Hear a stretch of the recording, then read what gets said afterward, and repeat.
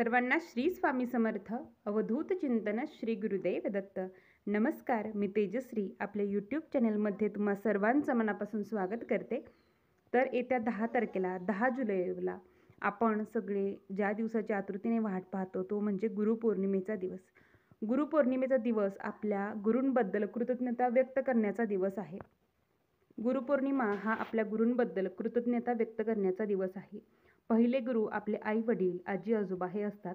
त्यानंतर आपले गुरु जे आपण मानलेले गुरु आहेत, मग दत्त महाराज असतील, स्वामी महाराज असतील, साईबाबा असतील, तुम्ही ज्यांना गुरु मानत असाल त्या दिवस तो त्यांची कृतज्ञता व्यक्त करण्याचा दिवस आहे. तर गुरुपौर्णिमेला महाराजांची सेवा कशी करावी, अभिषेक कसा करावा याच संदर्भात आजची माहिती आहे. गुरुपद कसं घ्यावं याचा इन डिटेल व्हिडिओ मी पुढे घेऊनच येईल. तर आजची माहिती सेवा काय करावी आणि अभिषेक कसा करावा याबद्दल आहे. तर व्हिडिओ शेवटपर्यंत पहा जेणेकरून तुम्हाला तुमच्या सर्व प्रश्नांची उत्तर मिळतील. बघा, गुरुपौर्णिमा आहे ती पौर्णिमा लागत आहे बुधवारी उत्तर रात्री 1:30 वाजता लागते, 1:37 आणि त्यानंतर गुरुवारी दिवसभर ती राहणार आहे आणि गुरुवारी उत्तर रात्री संपतीये, म्हणजे शुक्रवारचा दिवस चालू होतो तेव्हा संपतीये. त्यामुळे आपला दिवसभर गुरुवारी दिवसभर पौर्णिमा असणार आहे आणि गुरुवारीच आपल्याला सत्यनारायण पूजन सुद्धा करायचं आहे. गुरुवार आणि गुरुपौर्णिमा हा दोन्ही योग जुळून आलेला आहे. गुरुवार हा महाराजांचा किंवा गुरुवार दत्त महाराजांचा वार आहे. त्यामुळे या दिवशी गुरुवार आल्यामुळे त्या दिवसाला अनन्यसाधारण महत्त्व प्राप्त झालेलं आहे. तुमच्याकडे जर स्वामींची, दत्त महाराजांची फ्रेम असेल तर सकाळी लवकर उठून, आता तुम्ही ब्रह्ममुहूर्तावर अगदी 3:30 वाजता उठून सुद्धा तेव्हापासून अगदी 9-9:30 पर्यंत म्हणजे सकाळी शक्यतो तुम्हाला अभिषेकाची जी सेवा आहे ती महाराजांची करून घ्यायची आहे. त्यानंतर सकाळची 10:30ची नैवेद्य आरती करून घ्यायची आहे.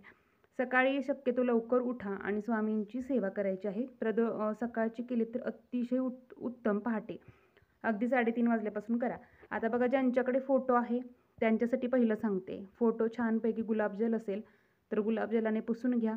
त्यानंतर अष्टगंध लावा महाराजांना. चाफ्याची फुलं आणा. चाफा महाराजांना प्रिय आहे. पिवळी शेवंती, पांढरी शेवंती प्रिय आहे. ती फुलं, झेंडूची पिवळी फुलं तुम्हाला जी उपलब्ध होतील तर ती फुलं तुम्ही महाराजांना अर्पण करायची आहेत. त्यानंतर हिना अत्तर महाराजांना अतिशय प्रिय आहे, तर हिना अत्तर लावून घ्यायचं आहे जर फोटो तुमच्याकडे असेल तर. आता ही सगळी सेवा चालू असताना नामस्मरण मनातल्या मनात करायचं आहे. आणि तुम्हाला सगळ्यात सुरुवातीला बघा, आता तुम्ही अभिषेक सुरू करण्यापूर्वी किंवा अगदी स्वामींचा फोटो पूजत असताना तुम्हाला काय करायचं आहे, नामस्मरण करायचं आहे. त्याचबरोबर स्वामी स्तवन पठण करायचं आहे. श्री गणेशाय नमः, श्री सरस्वते नमः, श्री गुरुभ्यो नमः, श्री कुलदेवताय नमः, श्री अक्कलकोट निवासी पूर्णदत्तावतार दिगंबर यतिवरी स्वामी राजाय नमः, अशी सुरुवात आहे. तर हे संपूर्ण स्वामी स्तवन तुम्हाला एकदा म्हणायचं आहे आणि त्यानंतर सेवेला सुरुवात करायची आहे. अगदी अभिषेक जरी करणार असाल किंवा अगदी स्वामींचा फोटो जरी तुम्ही पुसत असाल तरीही तुम्हाला स्वामी स्तवनाने सुरुवात करायची आहे. त्याचबरोबर सेवेमध्ये येतं ते 11 माळी स्वामींचा जप करायचा आहे. 11 वेळा तारक मंत्र पठण करायचं आहे. मानस पूजा स्वामींची करू शकता. तर या सगळ्या सेवा तुम्हाला करायच्या आहेत. गुरुचरित्राचा 14वा 18वा अध्याय पठण करा. आता सेवा इन डिटेल काय कशा कराव्यात याचाही व्हिडिओ मी लवकरच घेऊन येईन.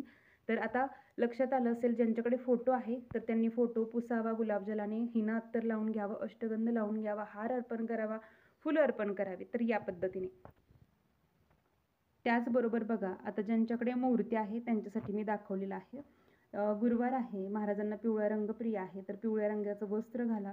पिवळं वस्त्र स्वतः तुम्ही परिधान करू शकता, असेल तर अवश्य करा. काळं वस्त्र सोडून तुम्ही कोणतंही वस्त्र परिधान करू शकता. आता असं पाट अंथरायचं आहे, त्यावरती वस्त्र अंथरून घ्या. पिवळं लाल वस्त्र चालतं. त्यानंतर एखादं ताम्हण घ्या. ताम्हणामध्ये स्वामींची मूर्ती ठेवा. आता मोठी मूर्ती असेल तर तुम्ही तांब्याने पाणी घालू शकता. जर लहान मूर्ती असेल तर या पद्धतीने गळती लावून घ्यायची आहे आणि थोडंसं एक तुळशीपत्र त्या पाण्यामध्ये अर्पण करायचं आहे. आता हे पाण्याने जलाभिषेक का करायचा तर तेही मी पुढे सांगते. पण आता ज्यांना पंचामृताने सुरुवातीला अभिषेक करून घ्यायचा आहे तर त्यांनी पंचामृताने करू शकता. म्हणजे आधी पंचामृताने महाराजांना स्वच्छ स्नान करून घ्यायचं, त्यानंतर कोमट पाण्याने स्नान घालायचं आणि त्यानंतर या पद्धतीने गळती लावून अभिषेक करायचा. आता हा फक्त जल अभिषेक यासाठी करायचा कारण की महाराजांचं जे खाली तीर्थ उरतं तर ते आपल्या घरात शिंपडायचं आहे. स्नान घातल्यानंतरचं, अभिषेक झाल्यानंतरचं, आणि थोडं थोडं तीर्थ आपण प्रत्येकाने प्यायचं, यासाठी फक्त जलाभिषेक घालायचा. आणि जरीही तुम्हाला हे प्यायचं नसेल तर तुळस सोडून तुम्ही कोणत्याही वृक्षाला अर्पण करू शकता आणि जरी तुम्हाला फक्त पंचामृताने घालायचं असेल तरीही घालू शकता. पण अभिषेक हा जल अभिषेकच घातला जातो किंवा दोन्ही पद्धतीने घातला जातो. आता जल अभिषेक घालताना आपल्याला सेवा काय करायची ते मी तुम्हाला सांगते.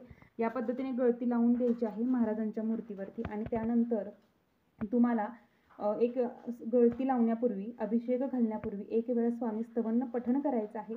त्यानंतर तुम्हाला अथर्वशीर्ष एक वेळा पठण करायचं आहे. या संपूर्ण सेवा या आपल्या नित्यसेवेच्या ग्रंथात आहेत. तुमच्याकडे नित्यसेवेचा ग्रंथ नसेल तर तुम्हाला यूट्यूबला गुगलला या सगळ्या माहिती मिळून जातील. त्यानंतर अथर्वशीर्ष पठण केल्यानंतर तुम्हाला जे महाराजांचं पुरुष सूक्त आहे नित्यसेवेमध्ये तर ते 16 वेळा पठण करायचं आहे. ज्यांना 16 वेळा पठण करणं शक्य नाही तर त्यांनी कमीत कमी 1 वेळा तरी पठण करायचं आहे.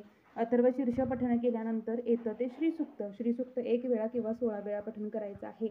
आणि जरी 1 वेळा केलं तरी चालू शकतं, पण पुरुष सूक्त 16 वेळाच पठण करायचं आहे. एकदा फलश्रुती पठण करायची आहे.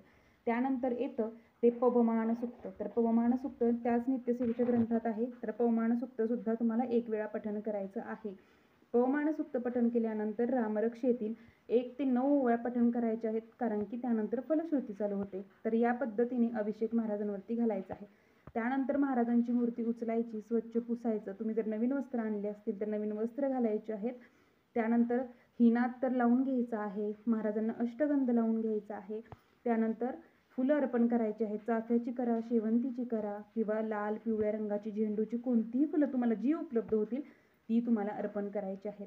महाराजांचा अभिषेक चालू असताना हा अभिषेक तुम्हाला सकाळीच करायचा आहे. गुरुपौर्णिमेच्या दिवशी लवकर उठून या सगळ्या सेवा करा, जेणेकरून की तो दिवस आपण गुरूंना समर्पित करतो आणि तो दिवस गुरुपद घेण्याचा आहे. त्यानंतर गुरुपद सुद्धा आपल्याला घ्यायचं असतं. तुम्ही जाऊन शक्यतो केंद्रामध्ये घ्या, त्याची इन डिटेल माहिती मी पुढे घेऊन येईल. तर या पद्धतीने महाराजांना अभिषेक करायचा. अभिषेक केल्यानंतर जे पात्रातलं पाणी आहे तर ते घरात थोडं थोडं शिंपडायचं आहे. थोडं थोडं घरातल्याने घ्यायचं आहे. उरलेलं एखाद्या झाडाला तुम्ही अर्पण करू शकता. तर या पद्धतीने आणि महाराजांची मूर्ती जागेवर ठेवायची आहे. त्यानंतर येते ती आरती. आता महाराजांची आरती आपल्याला करायची आहे. आरतीमध्ये तुम्ही महाराजांच्या नित्यसेवेच्या ग्रंथातल्या आरत्या करू शकता. दत्त महाराजांची, स्वामींची, गणपतीची आरती करून घ्यायची किंवा तुम्हाला जी आवडेल ती आरती करू शकता. तर आरती केल्यानंतर नैवेद्य. आता महाराजांना जो काही नैवेद्य आवडतो, अगदी पुरणपोळीचा नैवेद्य करा, बेसनचे लाडू द्या किंवा तुम्ही केळाचा नैवेद्य दाखवू शकता, दुधाचा नैवेद्य दाखवू शकता. भजी महाराजांना आवडायची, तुम्हाला जे शक्य होईल तर तो यथाशक्ती यथाभक्ती नैवेद्य दाखवा. त्या दिवशी दान धर्म करा. महाराजांना तुम्ही त्या दिवशी बघा दानाला खूप महत्त्व आहे. तुम्ही महाराज कोणत्या रूपात येऊन ते ग्रहण करतील हे आपण सांगू शकत नाही. त्यामुळे त्या दिवशी दानधर्म करा. गोरगरिबांना अन्नदान, वस्त्रदान शक्यतो करा. त्याचबरोबर सेवामध्ये श्री स्वामीचरित्र सारामृताचा संपूर्ण 1 पाठ तुम्हाला करायचा आहे. या सगळ्या सेवा दिवसभरात तुम्हाला करायच्या आहेत. महाराजांचं गुरुपद सुद्धा आपल्याला त्या दिवशी घ्यायचं आहे.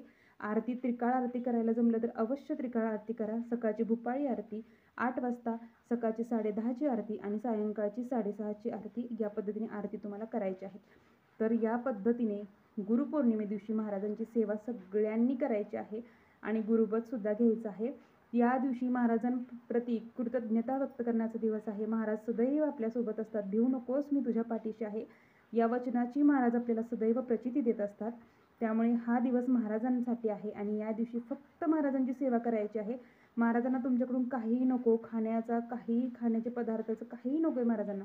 महाराजांना फक्त तुमचा वेळ, तुमची भावना, तुमच्या मनोभावे केलेली सेवा महाराजांना प्रिय आहे. त्यामुळे सगळ्यांनी गुरुपौर्णिमेची सेवा करा. तर आजची एवढीच माहिती होती. झालेली सेवा महाराजांच्या चरणी मी रुजू करते. सर्वांना श्री स्वामी समर्थ. अवधूत चिंतन. श्री गुरुदेव दत्त.